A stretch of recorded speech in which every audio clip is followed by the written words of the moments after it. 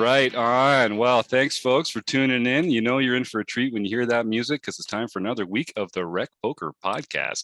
I'm your host, Jim Reed, Bluffsterini in the home game. And if you want to find out more about me and the rest of the Wrecking crew here, you can go to rec.poker/crew.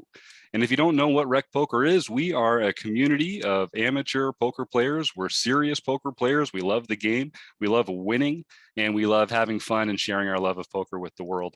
And we do that with the help of Running Aces Hotel, Racetrack, and Casino and website AMP. We also do it with the help of some of our premium members at Rec Poker, like Stephen Michaels, who signed up recently. I haven't had a chance to meet Stephen yet. But Stephen, I hope you're having a good time enjoying the videos and the strategy conversations. And reach out anytime, man. Jim at rec.poker. Don't be a stranger. And folks like Doug Behrens, who's been a member for a while and has been really helpful when it comes to Chris Jones's mission to restructuring the website and how we produce content and how we share that content with our members. So Doug, thank you so much for sharing those insights and being such a bright light here at Rec Poker. So speaking of bright lights here at Rec Poker, Wrecking crew members, why don't you sound off and tell the world where they can come and find you? Well, I'm Chris Jones. You can find me on 5B5 on Twitter or 5x5 on the PokerStars home game. And I'm John Somsky, also known as Poker Geek MN everywhere. And I'm Kim Kilroy, Fergie56 on the home game, PetVet33 everywhere else. And I'm Rob Washam, and I'm Rabman50 just about everywhere. All these professionals getting their handles all lined up everywhere. It's really impressive. Well, like I said, I've got the best job in the world. I get to hang out here every week and talk to the luminaries of the poker world. This week's going to be a real treat. Evan Jarvis, who, if you've been in the poker world at all, you know him. He's been the genius behind Gripsed. He's got a YouTube channel. He's been involved in poker training sites in pretty much every corner of the poker world. He's been doing it for a long time. Evan, I can't believe this is the first chance we get to talk. Thank you so much for coming on the show. It's pretty wild, Jim. Thanks for having me. Thanks for the opportunity. It's really nice that the stars have all aligned and we get to be here together today. I'm already having a blast. This is great. I love what you got going on here. That's awesome, man. So we've got more in common than you might think.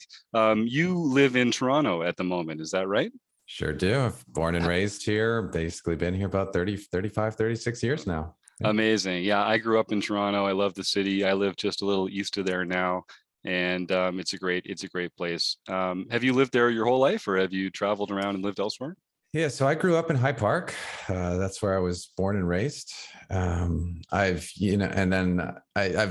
traveled to Vegas many years for the World Series of Poker. I've done like a little bit of traveling. I did kind of a year between high school and university. I lived in Europe for a year there, so that was kind of fun. I've had my trips around the corners of the globe. I think I've been lucky to hit pretty much every continent at least once.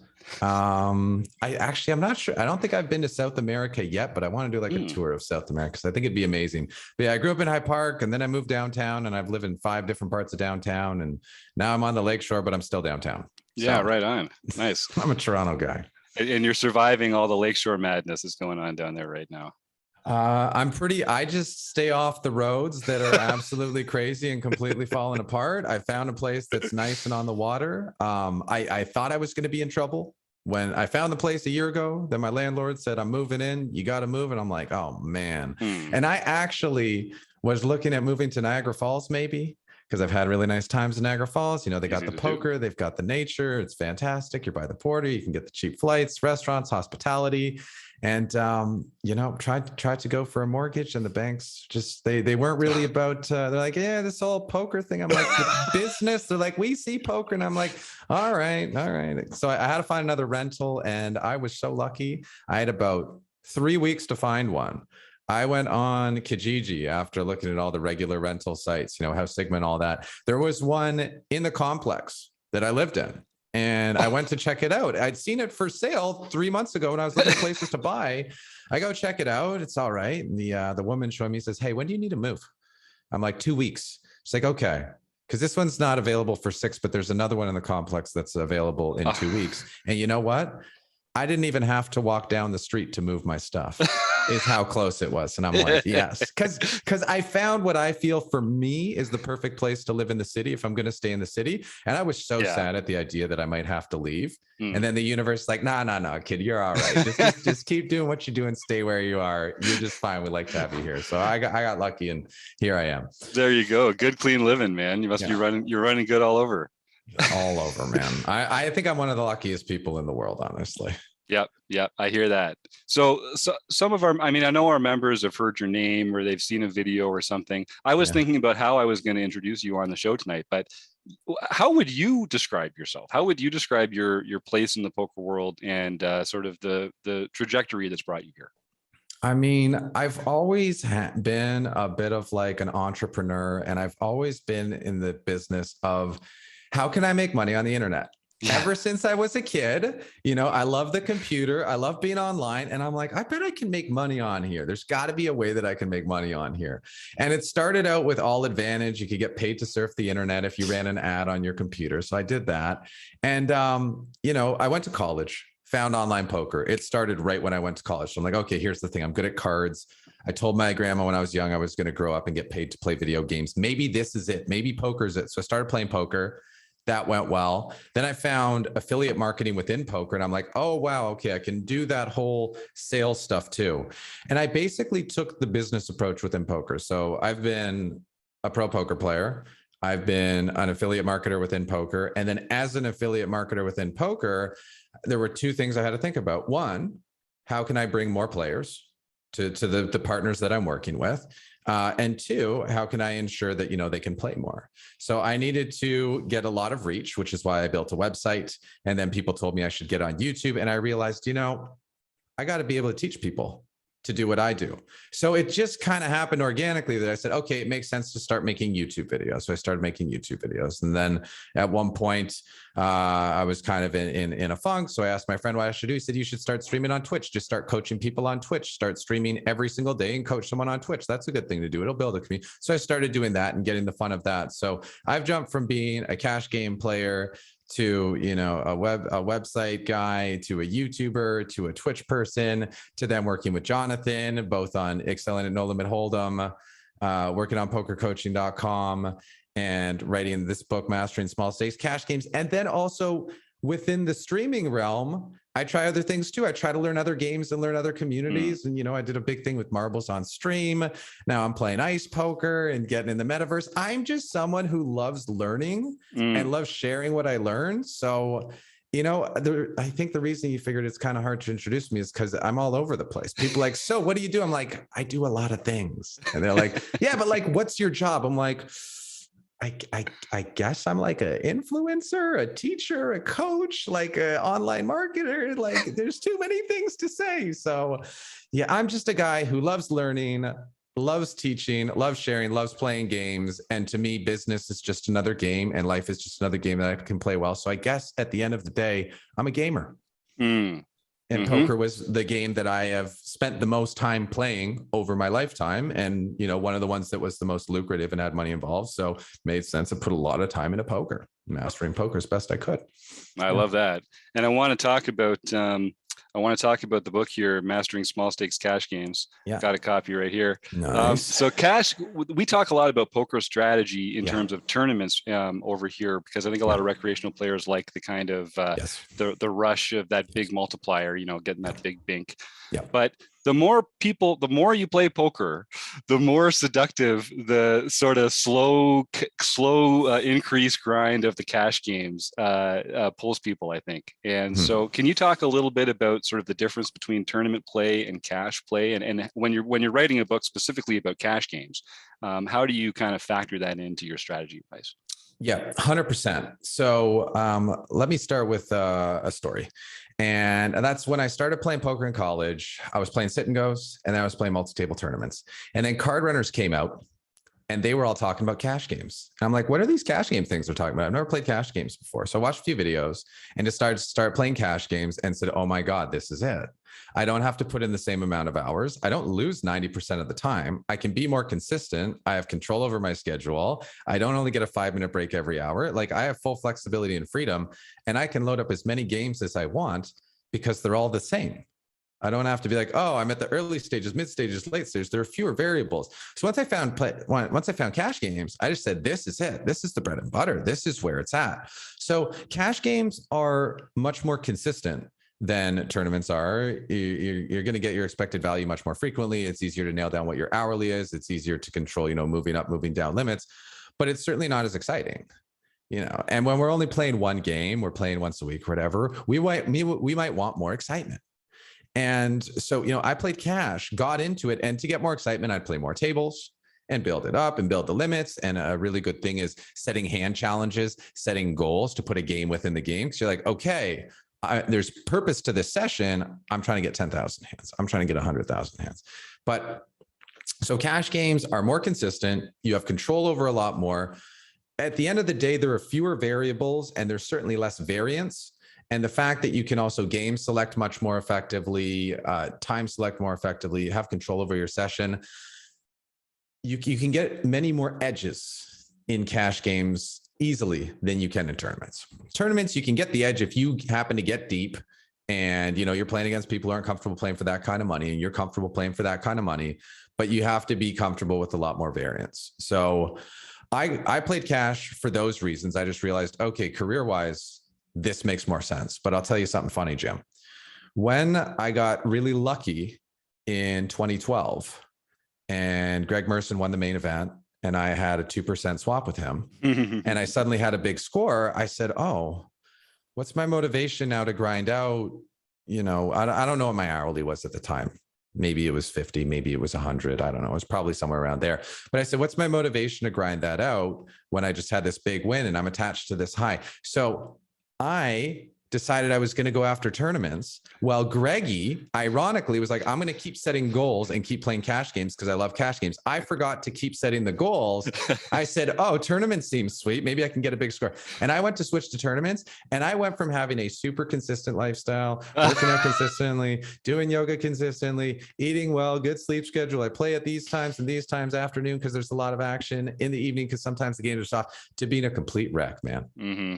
And being so stressed out because, when you're playing one tournament a week, that's different. You're playing a live tournament every few months, that's different. You're going there, you're going to have fun. But when you're looking for consistent income from playing poker, playing tournaments, it's so stressful and so swingy. I just remember every time I'd get away, I'd be like, that's a relief. I'd get a win, that's a relief. I didn't even want to track my results. They were so swingy. And I remember after doing this for 4 years, 2013 was when I committed to tournaments. 14, 15, 16 was when I had my two, big scores, 30,000 in the Supersonic and 160,000 at Niagara Falls. And after I had those, I hate to say this, but it's the truth. Instead of feeling like the excitement, that was amazing, this is great, the ride there was awesome, all I felt was relief, like, oh my God, I actually got through that. I actually got a score from doing all this. I'm going to reevaluate. And that's why I went to focus on business. That's why I went to focus on learning some health stuff, yoga, meditation, because I realized that these tools really, really benefit me and I could live a healthier lifestyle. And I also realized, okay, the steady grind of cash games is something that I would prefer to be doing. And so I started moving more towards that. And then the story about the book is Byron. I'm at the World Series. I'm watching Negreanu at the final table of it was either the 50K or the 100K, whichever the high roller was. And he'd sold action because I was still, even though I wasn't playing a lot of tournaments, I was kind of taking. I was still in that tournament mode of like, I just want scores. You can kind of get like hooked on that. I just want the high of that. So I bought some of Daniel's action. And I'm sitting there like front row being like, I'm just going to watch my horse like win this thing. I think he ended up getting second. And I get a message from Jonathan being like, hey, do you want to come talk to my publisher? Like they want to talk to you about something. I'm like, oh, cool. I guess, they probably want me to write a book because I wrote a chapter in excelling. That was cool. And, I've been working with poker coaching for about a year now and it's going well. So maybe they want me to write a book.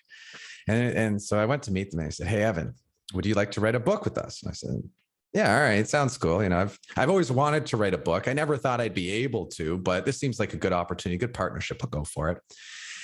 And they said, all right, we're thinking about mastering small stakes tournaments. And I said, no. And they're like, what do you mean? No, you play tournaments. I'm like, yeah, but if I'm going to write a book and encourage people to do something, I want to teach them about cash games because that's the one that in my life I had steady gains, steady mood, much more control. And anytime I had major downswings, $30,000 downswings, because I was like, I'm going to go to the World Series. I'm going to be a superstar. I'm going to win a bracelet. I'm going to play all the tournaments. It's like, what are you doing, man? So I said, tournaments are cool. And, I play them. I'm all for playing tournaments. But as the main thing, cash games are a much healthier thing to be grinding for mental sanity and just for control. And so I said, I'd rather write one about cash games. They said, okay, that's great. But Jonathan just wrote one about cash games. Jonathan says, that doesn't matter, dude. You can still write a book on cash games and they can go together. And so I'm like, really? He said, yeah. I'm like, okay, cool. Then I'll write a book on cash games and I can include everything about the lifestyle and the professionalism, because that was, what afforded me the ability in life to have more free time, more control over everything, was that I committed to cash games and also a little bit of business on the side. And I said, okay, these are the things I want to put into a book. Tournaments was about chasing glory for me. And, I got my rushes, but man, was it stressful. And there's a reason I'm much bigger on encouraging people to play cash games if they're trying to do it full time. But if they're doing it for fun, tournaments all day, because that's where you get the excitement. There's nothing more exciting than being the last player standing. And whether it's a 6-person sit and go or a 600-man tournament, when you're the last player standing and the final card is dealt and you get all the chips pushed to you, you feel like a superstar. And you don't get that feeling in cash games, because cash games are never ending. So cash games almost require us to set these mini goals to remind us kind of what we're playing for, because they can seem kind of monotonous and whatnot, to give it more meaning. Whereas tournaments, it's very clear who won the tournament. And if you won the tournament, you're going to feel like a superstar. And it's nice to feel like a superstar once in a while. So I love them both. They both have their places. And the cool thing about cash games, if you learn to be a great cash game player, it's not that hard to learn the adjustments to be a decent tournament player. But if you learn everything about tournaments, yeah, I find it's still much harder to transition to cash games, because in my experience, tournaments are a lot more about, going for it, being able to play these short stacks, being comfortable with all in. And, there's a bit more of an excitement attached to it it's just not there in cash games. And I find people often get bored if they switch to cash games after being big on tournaments. So that's my experience. I don't know if it's the same as everyone's experience. I hope I reasonably answered the question. Yeah, man, I think you just get at exactly that sort of the experience that that recreational players like us are looking for, are shopping for in that. So Kim's got one question, but I want to take this segue before. So what are some of the ways that you might play differently in a cash game specifically? Because I think most of our listeners are going to be in that latter group that you described, who start playing in tournaments and now they're going to look to adjust in cash games. So what are some of the biggest mistakes they're going to make, or what are some of the biggest tips you can give them to come across? Right. So cash games versus tournaments, number one, a lot more patient. The fact that there are no antes encourages tighter, more selective play. The fact that the stacks don't get as short encourages tighter and more selective play. In cash games, a lot of it is, thinking about setting up for playing for the stacks, thinking about setting up for being on the right side of the coolers. In tournaments, a lot of the time it's about winning the pot right now, winning the pot on the flop, winning the pot pre-flop, because it's a significant pot relative to your stack as stacks get shallower pre-flop and flop. Whereas in cash games, because things are so deep, it's not as big a deal to be, losing pots pre-flop and on the flop, because it's so insignificant relative to those bets on the turn in the river. So to play well in cash games and do well in cash games requires being very disciplined on the later streets. And that a lot of that can be helped by being selective pre-flop and being really valuing position. And this one carries over from tournaments to cash games. They're both the same, but I find targeting the right players to be very important in cash games. For me, something that you do in cash games that you don't even have really the option to do in tournaments, picking your table, picking your seat, getting position, getting what we call the Jesus seat on the table if it's available, where you got direct position on the person who's dumping the most buy-ins. So you have the option to isolate that player and play pots with that player as often as possible when they're VPipping 50, 70, 90 or whatever. So doing a lot of those things that you don't even have the option to do in tournaments. And then once you get there, being extremely patient and really recognizing you're playing for the later streets most of the time. And in terms of the early street stuff, a lot of it's image building. And another thing with cash games is that you're often, when the session starts, you're also playing for 4 hours in, 6 hours in, 8 hours in, 10 hours in, because that's when people are going to start, getting tilted, getting tired, losing their mind, making mistakes. And you'll really benefit if you set up an image or a dynamic where they're not going to play well versus you. Whereas in tournaments, we don't necessarily have that same luxury because that player might be gone in an hour. They might be gone in 30 minutes. The stacks are shallow, so you kind of have to do things to get it while you can. Whereas cash games, the player might bust and they might reload. They might reload 10 times. So a lot of what I find for cash games, which somewhat applies to tournaments too, but is playing for the end of the session. In tournaments, you think about playing for the end of the day. If there's 5 levels in the day, I'm kind of chilling and gathering information for levels 1, 2, and 3. And then after dinner break, I'm turning on for level 4 and 5 because that's when the stakes are higher. And that's when other people are going to be more fatigued. So a lot of planning ahead, really being disciplined with your ranges, really valuing position, and recognizing that when, stacks are really deep, if you have position, if you're against the right player, you can get pretty creative and wide pre-flop. So just don't get crazy on the turn and river. So be willing to play the turn and river really well.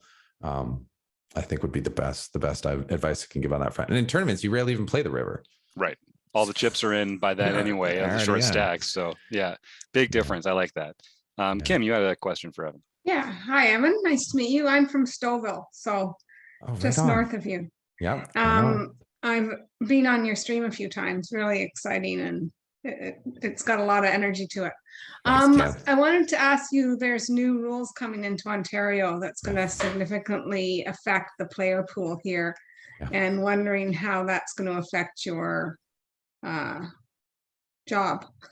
My current business, my current career. Thanks, Kim. Great question. I've been doing a little bit of research on it, and I was obviously very, very sad at first when I heard the news that we were going to get cut off from the rest of the world in terms of player pool. And then I called around, checked with some friends. So first guy I talked to was Greggy, because he's someone who moved to New Jersey so that he could play in the ring fenced pool. And he said, this is a good thing for you. He said, if you're playing cash games, it's actually a good thing because the cash games tend to be a little softer than they would be otherwise when you have the international pool in there. The tournaments aren't as big, but I don't play as many tournaments. These days, I'm mostly just a home game guy. I like to keep it light. I like to keep it fun, low stress. So losing out on the big tournaments doesn't matter so much to me. But when he reminded me that the cash games are actually probably going to be better, it reminded me that I actually want to get even more into cash games and kind of recommit myself to them, because this actually might be a good opportunity to get in there. When it's a smaller player pool, you have the ability to get to know all the regs pretty quickly.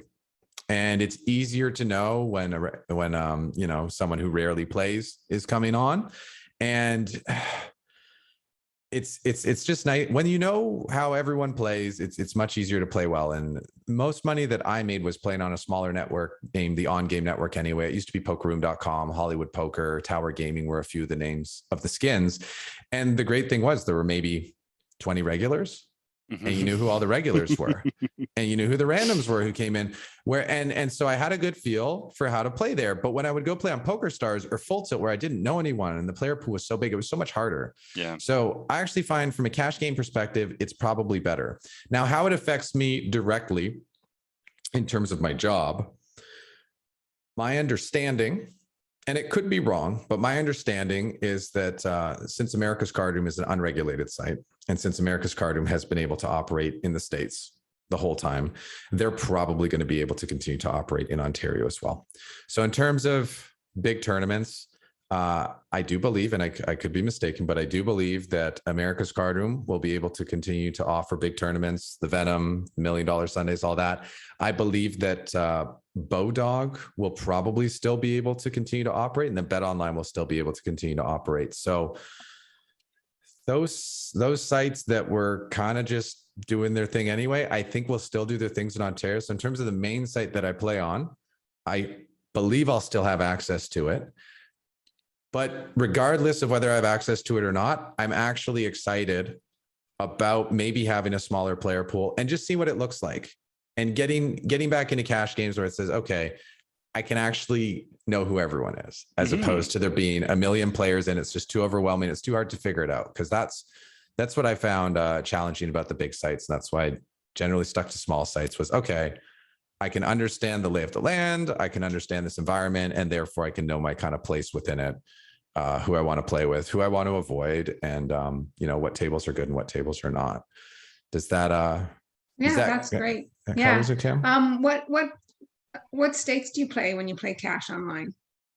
I think when I come back to it, because I've been just focusing on the streaming and the YouTube and the content. So I think when I come back, I'm actually probably going to do a coaching for profit partnership with one of the guys on my stream team. I'm going to get his coach, who's currently playing 200 to 1000 NL.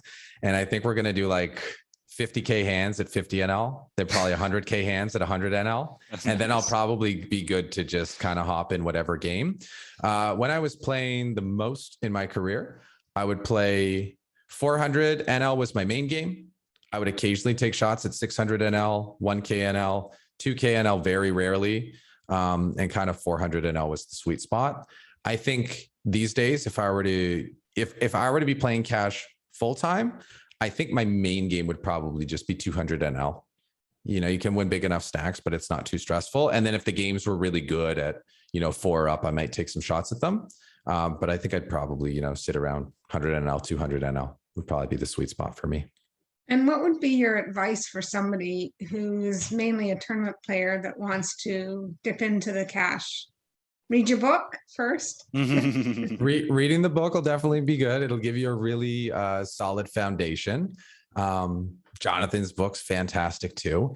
I think that the main thing I would offer, if you're going to get into cash games, other than, reading the book, watching some quizzes, getting the fundamentals down, is just set hand goals and say, I want to play 10,000 hands. And then check in. Because if we don't have those hand targets, it's really easy to get caught up in the variance. Be like, how did I do this session? How did I do that session? Oh, I won a couple buy-ins. I'm awesome. I lost 4 buy-ins. I don't even know why I play poker. Why do I even do this? Whereas if you just commit to saying, I'm going to play 10,000 hands, which is why with this coach, I think I'm going to just commit to playing 200,000 hands and get 10 coaching sessions during it, because that's just what I need to reprime my mind. If you commit to that amount of hands, then you give yourself enough of a sample that you can get a feel for it. And you say, whatever's going on, I'm going to get through my 10,000 hands, and then I'm going to check how I'm doing. And then after that, maybe set a new goal of, 10,000 is good. Maybe I want to go for another 10, or I could do more. Maybe I'll do 20. And I would go with monthly hand goals, monthly hand goals. And with that, maybe then plan some amount of either coaching sessions to have someone, kind of check in on you, or some time where you want to run hands and solvers, if that's your thing, or some time that you want to watch videos and say, I don't even think a ton of studies necessary, but say, okay, I'm going to play 2,500 hands a week. I'm going to put 8 hours playing, a couple hours on studying, try to learn one new concept, and then just have a schedule. And also I would encourage having set hours, because if this is the time when you feel your best, whether it's post-workout, whether it's after a good night's rest or a nap and having some coffee, and kind of that's what gets you in the zone, or it's in the evening when the games might be a little juicier, and you stick with that, then okay, this is my poker time. Your body knows, your mind knows, and you can kind of get into a performance mode. And I would also set a time limit on the sessions. I'd probably start with 2 hours. I don't think when I was really playing cash, I ever went past 4, because I knew that I would start to drop off at 4. So I would usually say, set a cap at 2 hours to start, and choose the days that you want to play and just get in there. Because the beauty about cash games is you can get in and you can get out. And if you scope out the networks before you hop in, you can kind of get a feel for when the volume's high, when the traffic's high, and say, okay, this is the time that I want to play. Like when I was doing it full time, I would say from noon to 4 is my first session of the day, because I'm playing with Europeans and I know that's their evening and there are the most tables running then. But I'm also going to sometimes do a session from 8 p.m. to 11 p.m. because that's when it's nighttime in Europe, like way late. and some of them have been drinking. There might only be a couple of tables going, but they'll probably be pretty good.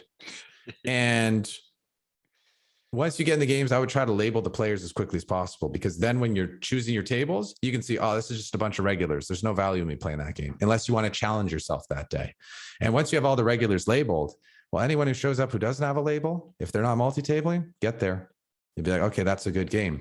Good thing about cash is you don't need a rush to get in there. I would take my time setting up sessions. I would take my time finding the best games and say, okay, if I can 4-table, I'm going to look at 12 tables. And once I find the best 4, I'm going to get in them. Or I might start with the decent ones, but as soon as the seat opens up on the better one, I'm bringing that one in and taking out my worst game, so that you can maximize your hourly rate by progressively trying to get in the best games if they're available. Yeah, that's kind of the whole. What's your parameters for choosing the best game? How many? I mean, I'm just going to use the terminology that I'm used to using. How many fish or maniacs are on the table? Yeah. Right? How many people are VPIPing huge? How many people are dumping money? And can I get good position on them? If there are, let's say it's a 6-handed game and there are 2 fish on the table, I want in the game. I don't really care where I have to sit. If there is only 1 fish on the table, if I can get position on them or 2 seats over, I'll take it. But if I am on their far right and everyone else is lined up on their left, then I'm not going to take it. I don't know exactly what page it's on, but we have a diagram in the book about the Jesus seat and showing, like, kind of on average what percentage of the money. Yeah, here. It's on page 282. Jim, if you want to pull it up. I'm pulling it up. 282. And it's like, if you can get the good seat, get on the game. Because even if there's only 1 bad player, if you have the best position on them, you're great. But if everyone else is acting before you, then it's no good. And also keep an eye on what regulars are in there. If someone's being really aggressive and just 3-betting you a ton and making it really difficult, the game might not be worth being in. So, Great. yeah. Thanks. Great advice. Thank you. Okay. You're welcome, Kim. Chris, you had a question as well. Why don't you jump in there? Yeah, Evan, I'm a big fan. I've really enjoyed some of the things you do, so it's exciting to talk to you. And I liked what you did with marbles and the Venom tournament this past year. I thought that was really great. It was really fun to follow, and it was really fun to see somebody get into that experience just through that thing. But my question is back to cash games. Sure. You know, all of these sites are sort of introducing and pushing. Whether it's ACR has Blitz, and I forget what it's called in Poker Stars, but it's like the one where basically, like, you fold and you're on a new table, you fold, you at a new table. Yeah.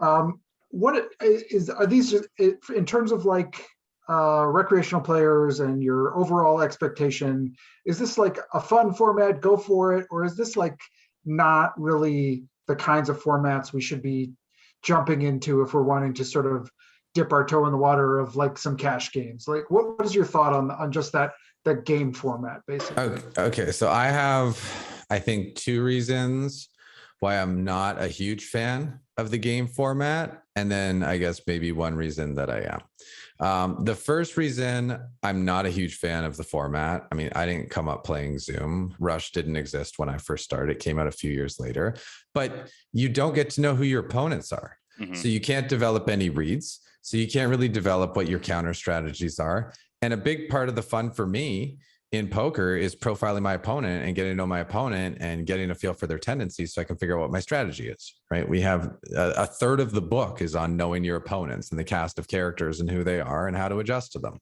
So that's the first reason that I'm not a huge fan of them. The second reason I'm not a huge fan of them is because the pace is so fast that it can it can kind of just disrupt the natural rhythm, disrupts the natural expectation. Sometimes it can get you thinking you need to act fast or not. Like when it first came out on the inside, you want to know what it was known as? It was called poker crack. It was called poker crack because like, oh, you could just get your hit. Like, I don't need this hand. Let me wait till I have something good. Let me wait till I have something. Oh, there it is. Now I got something good. But now I'm like super engaged in the hand. So I find that sometimes that can lead to overcommitting a bit when we do finally decide to play a hand. We tend to be more selective about the hands that we play. But then once we get involved, there's a bit more like, oh man, like I got to see this through to the end. Because also if I fast fold, I don't even get to see what happens, right? So those are the two reasons I'm not a huge fan. And then the reason that I am a fan is because of the ability to get in a lot of volume. So if you're someone who's looking to put in 100,000 hands a month or, more, well, Zoom, Rush, Blitz, Russian Cash, whatever you want to call it, Zone, they got all the names. Is a great thing because it allows you to get in a lot of volume. My understanding is your game has to be like airtight, razor sharp to really be able to do well in that format because you're kind of playing readless. So you kind of got to play optimal in every single spot.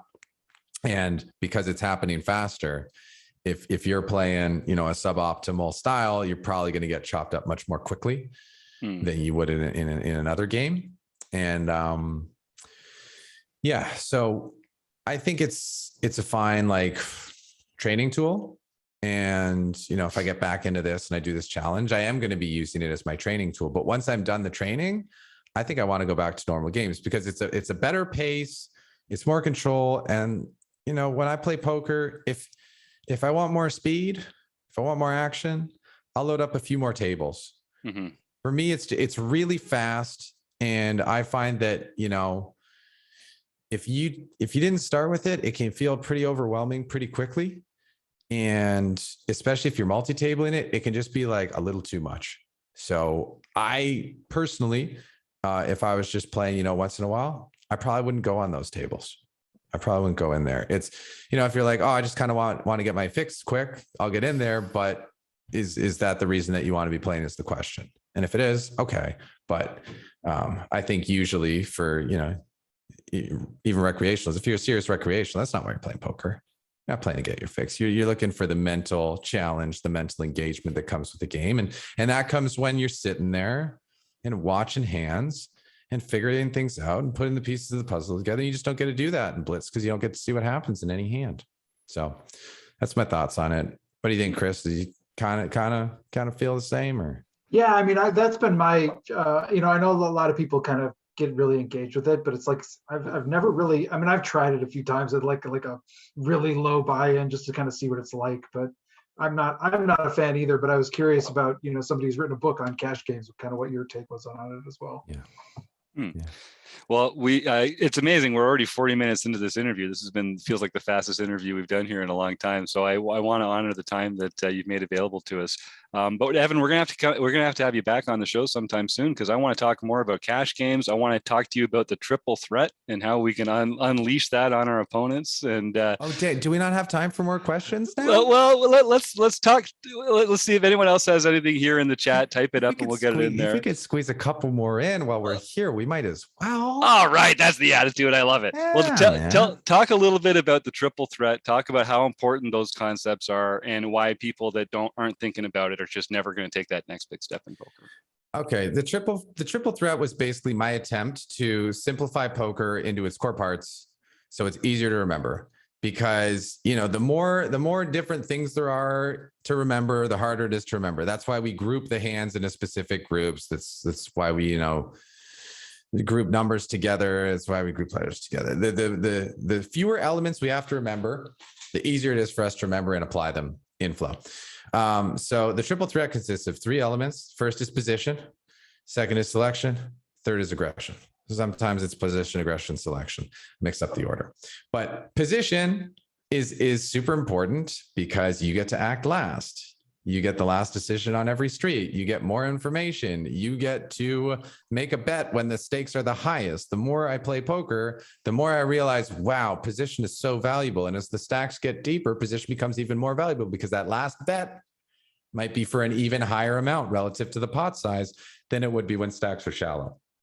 So position Number one, I even went so far as to call the button the money chip, because that's the chip where you make the most money. And if you look at any poker tracker database, most of the money is going to be made when on the button relative to the other seats. So it really is just that valuable. Next up is selection. And for me, that's really all about setting yourself up to be on the right side of coolers. It's about dominating your opponent's range more than being dominated by their range, such that when you both hit a pair, you both hit a flush draw, you both hit a flush, you both hit trips, whatever it is, you're going to be on the winning side of it more often than not. You're going to have the best of it more often than not.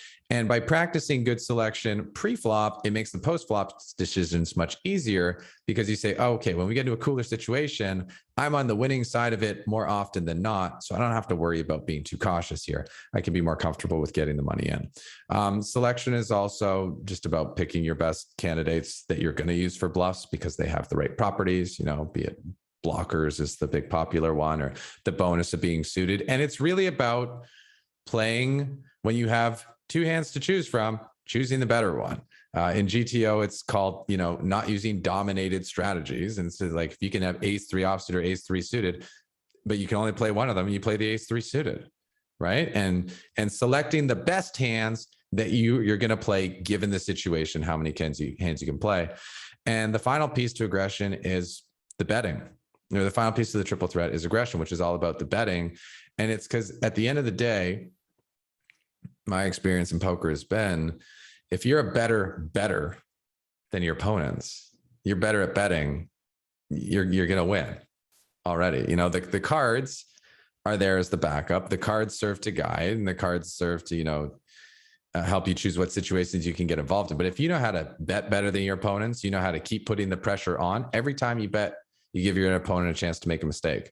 And if you're comfortable with aggression, whether it's using huge over bets and min bets, you have a lot of flexibility, and you have a lot of ways where you can just lead your opponent to make a mistake. Another thing about aggression is it's something that is sometimes difficult to handle. So it's something that makes other people uncomfortable, often at the poker table. So when used wisely, again, you're going to make your opponents feel uncomfortable. They're more likely to make mistakes. But by playing in position, I kind of think of it as, if you're in a battle or a war, playing in position is like having the higher ground. You can see more. You got a better view. You're going to make better decisions. So positions where you start. Kind of selection is having the right weapons to use, and then aggression is using them properly. Nice. You put them together, and you have the best chance to win the war. I love that. Two quick questions here in the chat. What are some of your favorite places to play live poker in Ontario or worldwide? Favorite place to play live poker in Ontario is Niagara Falls, because I just love Niagara Falls. I like what Port Perry's doing. They got a nice poker room now. It's more open. It's changed a lot from how it was before. Montreal, I know, is a great room. Just when I've gone there, I went to play the WPT, and I just bricked off way too much, way too many times. Because I was one of those, I'll just go play at 3,500 and not sell action and fire 3 bullets. That was a great idea. So because I've had a few negative experiences in Montreal, I'm just like, that's not my spot. I've had really positive experiences at Niagara Falls, particularly Falls View, but then I just love the little township of Niagara. So for me, Niagara's number one. On the West Coast, BC, where they had the BC Poker Classic. So I think the River Rock Casino, that was a cool spot. And then internationally, if we're talking Vegas, it's got to be the Wynn. The Wynn's the nicest poker room, and the Encore, just like by far, they're just better. I remember the first time I played a daily there just a couple of years ago, I was like, why have I just only been playing at the Rio for the past 8 years? Like, has this been here the whole time? And friends are like, yeah. I'm like, huh.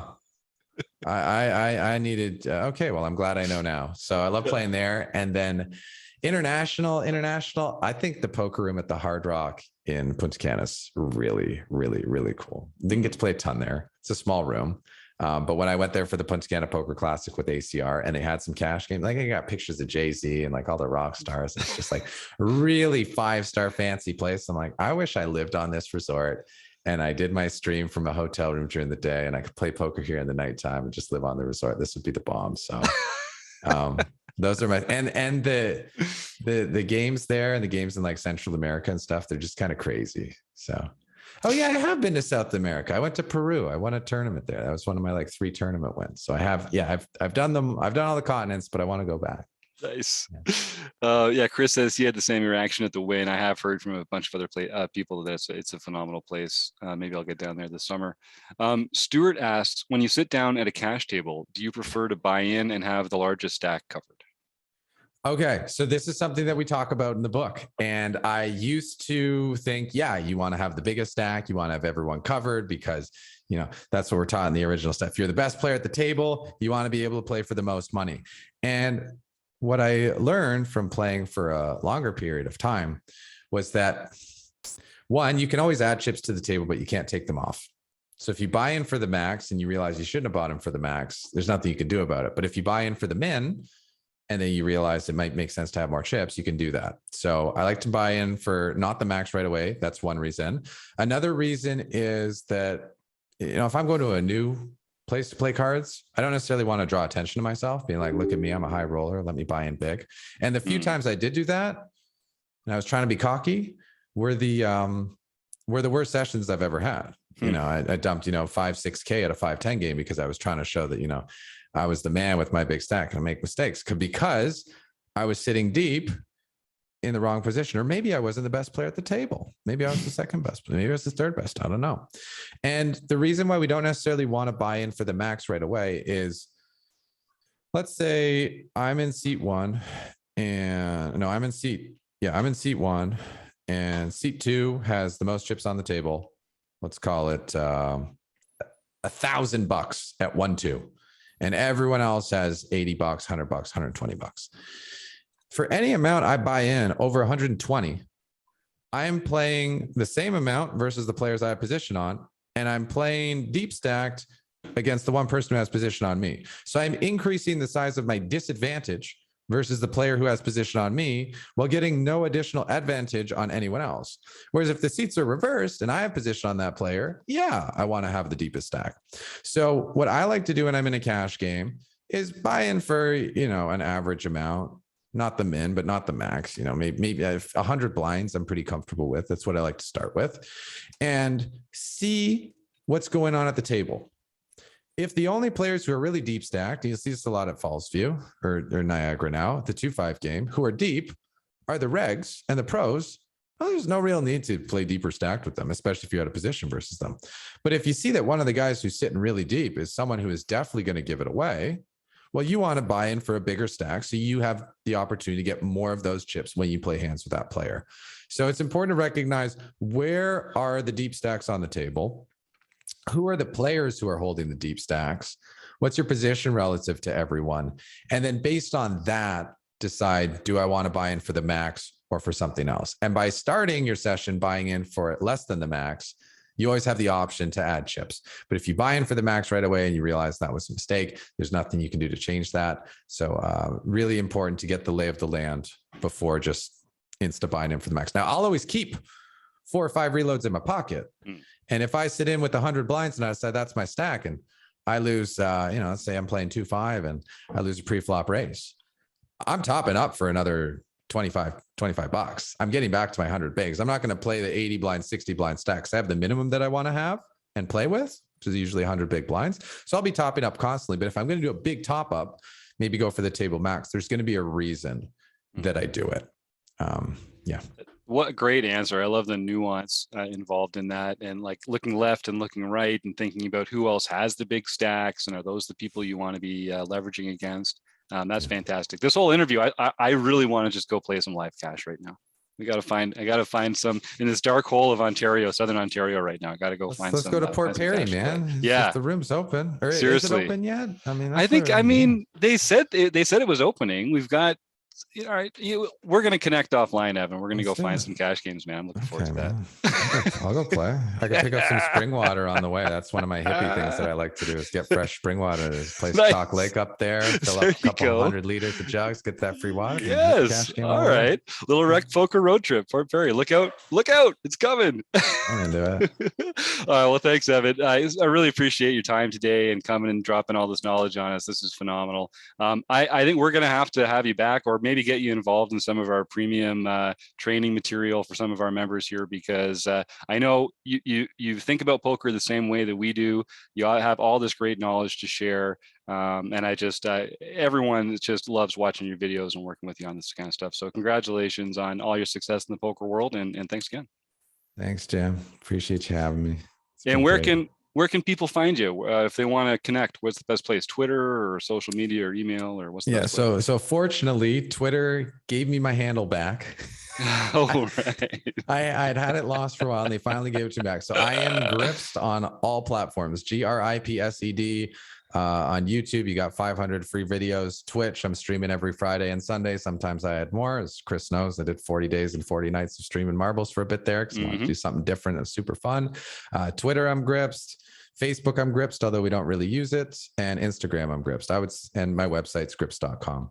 So I would say YouTube for the videos, Twitter's where I'm the most active. Twitch, I'm always streaming twice a week. And then for anyone who's wanting to like learn more deeply, I make videos for pokercoaching.com with Jonathan Little, and I, put up 2 new quizzes every week. So that's where I have the most premium content constantly flowing out. And of course, Awesome. we got the book, which is on Amazon and also on D&B. So you can just look me up, search me up, Grips, Devin Jarvis. They'll both lead. All roads lead to me. All roads lead to Grips.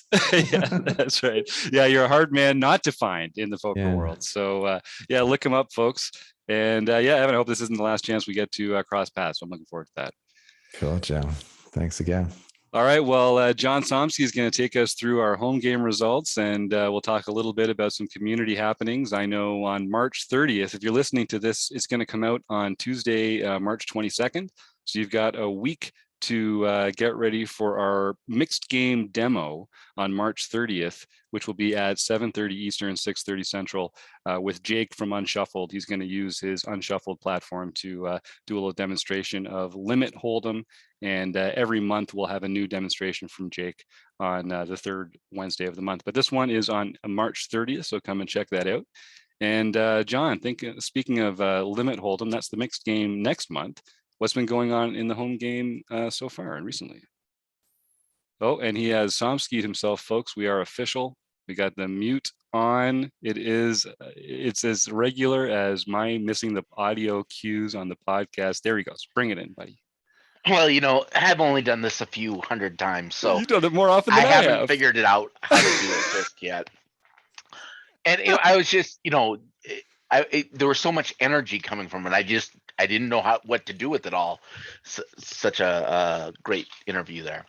Anyway, the mixed game series, we played PLO this month, and MN Ted, Phil Fuhrer, got his first mixed game victory for the year, second lifetime. On our daily series, Evil Roy CA, David Westerfeld, got his third nightly victory for the year, 10th all time. Creeping up. Stewie 13, Stuart Carriage got his second nightly victory for the year. Michael Babker, got his first for the year. Now then KB, Doug Barons got his first nightly victory for the year. And not to be outdone, Evil Roy CA. Okay, so the first time, that was his second nightly victory for the year. Then this one was his third nightly victory for the year. Look at all these premium members racking up the points in the home games. That's what happens when you stick around and enjoy the seminars and all the learning strategy conversations we have. You get to start destroying our home game field. Nicely done, team. And then on March 12th, we had Fergie 56, Kim Kilroy. Oh my God. Won the daily mixed victory practice tournament. And that one was actually Limit Hold'em. So she knows not only no Limit Hold'em, but also Limit Hold'em. Hey, look out. And then for international events, Johnny Quattro got his first international victory. And then, not to be outdone, Evil Roy CA, David Westerveld, got his second international victory. So that's 3 victories in 1 week. That's 3 in a week. That might be a record. Week, man. Yeah, way to go, Dave. I think that might be. I'm guessing it's been done before, but I don't think anyone's gotten 4. So, I mean, not even Megra when he was having his run. No, So, we've had a couple back-to-backs, but That one man. was back to back, by the way. Yeah, back-to-back. Sunday was back. It was Saturday was back to back. Yep. Those were both on Saturday.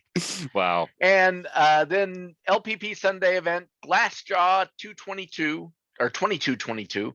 Dave Schoen won the LPP tournament. So you can contact Jim at rec.poker and get your free month at Learn Pro Poker. There you go. Thanks, John. And yeah, don't be a stranger. If you win that Sunday night tournament, you get a free month at LPP. So look me up. We're getting a little short on time. We should probably just roll on out of here. I want to thank our sponsors again, Running Aces Hotel, Racetrack and Casino, and website AMP. And of course, I want to thank Rob, Keith, Kim, Jim, Martha, Steve, Dave, John, Chris, Eric, and Stuart. Of course, Evan Jarvis for joining us, and Steve Fredlin for putting all this together. And you, the listeners, we can't do it without you. So thanks a lot, and we'll see you again soon.